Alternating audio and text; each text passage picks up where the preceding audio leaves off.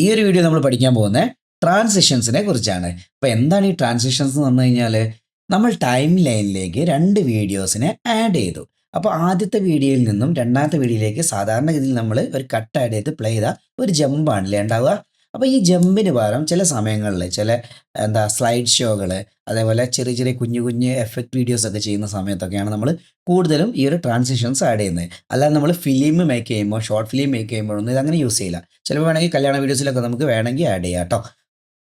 അപ്പോൾ ഈ ഒരു ജമ്പിന് പകരം ഒരു എഫക്റ്റോട് കൂടിയ ഒരു വീഡിയോയിൽ നിന്ന് മറ്റൊരു വീഡിയോയിലേക്ക് വരാൻ വേണ്ടിയിട്ടാണ് നമ്മൾ ട്രാൻസിഷൻ യൂസ് ചെയ്യുന്നത്. ഇനി എങ്ങനെയാണ് നമ്മൾ ട്രാൻസിഷൻ എടുക്കുന്നത്, എവിടെ നിന്നാണ് നമ്മൾ ഈ ട്രാൻസിഷൻ എടുക്കുന്നത്?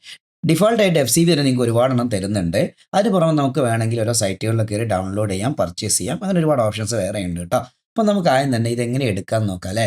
റൈറ്റ് സൈഡിൽ വന്നു കഴിഞ്ഞാൽ ഏറ്റവും ലാസ്റ്റ് ആയിട്ട് ഇങ്ങനെ ഒരു ഐക്കൺ കാണാം. എന്താണ്?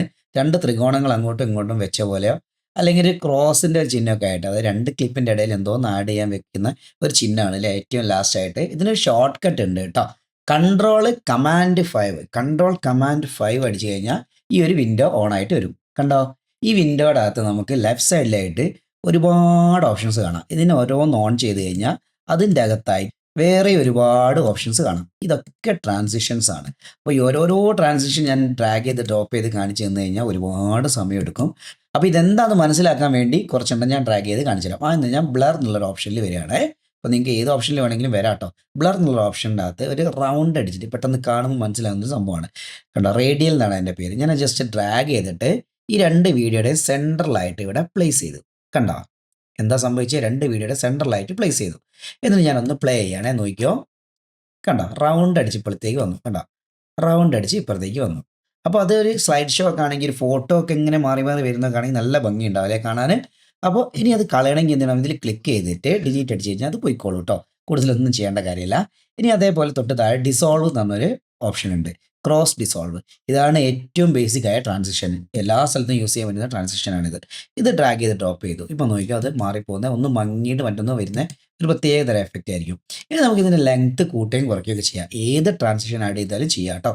അപ്പോൾ ഈ എഡ്ജിൽ വന്നു കഴിഞ്ഞാൽ, അതായത് ട്രാൻസിഷൻ്റെ ഈ ഒരു കളർ കണ്ടോ, ഒരു ഗ്രേ കളർ, ഇതിൻ്റെ എഡ്ജിൽ വന്നു കഴിഞ്ഞാൽ ഇങ്ങനെ ഒരു ഐക്കൺ കിട്ടും. ഇത് ക്ലിക്ക് ചെയ്തിട്ട് താഴേക്ക് നീക്കി കഴിഞ്ഞാൽ, അതായത് അടുപ്പിച്ച് കഴിഞ്ഞാൽ, ചെറുതാക്കി കഴിഞ്ഞാൽ സ്പീഡിലൊരു ട്രാൻസിഷനാണ് കിട്ടുക. പ്ലേ ചെയ്യട്ടെ. കണ്ടോ? വന്നു പോകണം നമ്മൾ അറിയില്ല. പകരം കുറച്ച് വലുതാക്കി വലിച്ച് വെച്ച് കഴിഞ്ഞാലോ സ്ലോയിൽ ട്രാൻസിഷൻ കിട്ടും. കണ്ടോ? ഇത് മനസ്സിലാവുന്നില്ലെങ്കിൽ നമുക്ക് വേറെ ഏതെങ്കിലും ഒരെണ്ണം ആഡ് ചെയ്യാം അല്ലേ. ജസ്റ്റ് നോക്കാം അല്ലേ എന്തൊക്കെ ഉണ്ടെന്ന്. താഴേക്ക് വന്ന ലൈറ്റ്സിൻ്റെ അകത്ത് നമുക്ക് നല്ലൊരു അടിപൊളി സാധനം ഉണ്ട്. ലൈറ്റ് ഇങ്ങനെ മാറിയിട്ട്, അടിപൊളി എന്നൊന്നും പറയാൻ പറ്റില്ല, ട്രാൻസിഷൻ അല്ലേ, ആഡ് ചെയ്തു. ഇപ്പോൾ നോക്കിയോ, അത് പ്ലേ ആണേ. കണ്ടോ? ലൈറ്റ് വന്ന് പോയി. പിന്നെ ഒരുപാട് ഇങ്ങോട്ട് വലിച്ചു വെച്ചാൽ എന്താവും? ആ ലൈറ്റ് ഇങ്ങനെ കത്തി എരിഞ്ഞ് പോയിട്ട് എടുത്ത് വരും. കണ്ടോ? നല്ല രസമുണ്ട് അല്ലേ. അപ്പോൾ ഇതേപോലത്തെ ഒരുപാട് ട്രാൻസിഷൻസ് നമുക്ക് ഇതിൽ കിട്ടും. ഇനി അടുത്തൊരു സെറ്റിങ്സ് വന്നാൽ ഈ ഒരു ഐക്കൺ കണ്ടോ, അതാ അങ്ങോട്ടേക്കും ഇങ്ങോട്ടേക്കുള്ള ഒരു ഐക്കൺ, അതിൻ്റെ കറക്റ്റ് സെൻറ്ററിൽ വന്നാൽ ഇങ്ങനെ ഒരു ഐക്കൺ കിട്ടും. അതിൽ ക്ലിക്ക് ചെയ്തിട്ട് ഇങ്ങോട്ട് നീക്കി വെച്ച് കഴിഞ്ഞാൽ ഫസ്റ്റ് വീഡിയോയിലേക്ക് കൂടുതൽ വരും. ഇങ്ങോട്ട് നീക്കി വെച്ച് കഴിഞ്ഞാൽ സെക്കൻഡ് വീഡിയോയിലേക്ക് കൂടുതൽ വരും. കണ്ടോ?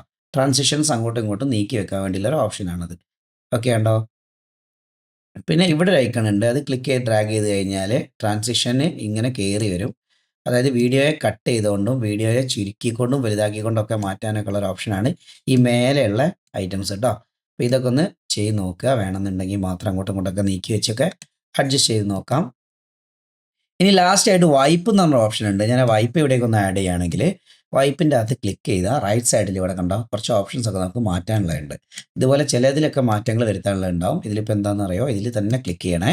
ഇതിൽ ക്ലിക്ക് ചെയ്ത് കഴിഞ്ഞാൽ നമുക്കിവിടെ കള്ളിയുടെ എണ്ണം കൂട്ടാം, കള്ളിയുടെ എണ്ണം കുറയ്ക്കാം. ആ കള്ളി കോളങ്ങൾ വന്നില്ല, അതിൻ്റെ എണ്ണം കൂട്ടാൻ കുറയ്ക്കാം. അങ്ങനത്തെ ചില എഫക്റ്റുകളിലൊക്കെ ഇതുപോലെ സെറ്റിങ്സ് ഉണ്ടാവും കേട്ടോ. എല്ലാത്തിലും ഒന്നും വരില്ല, ചിലതിലൊക്കെ വരും. ഇതിൽ വരുന്നുണ്ടോ നോക്കാം അല്ലേ. ഒന്നുമില്ല. കണ്ടോ? മോഷൻ ബ്ലർ കൊടുക്കാനുള്ള ഒരു ഓപ്ഷൻ ഉണ്ട്, അത് വരുന്നുണ്ട്. മോഷൻ ബ്ലർ കൊടുത്തു കഴിഞ്ഞാൽ നല്ല ഭംഗിയുണ്ടാവും.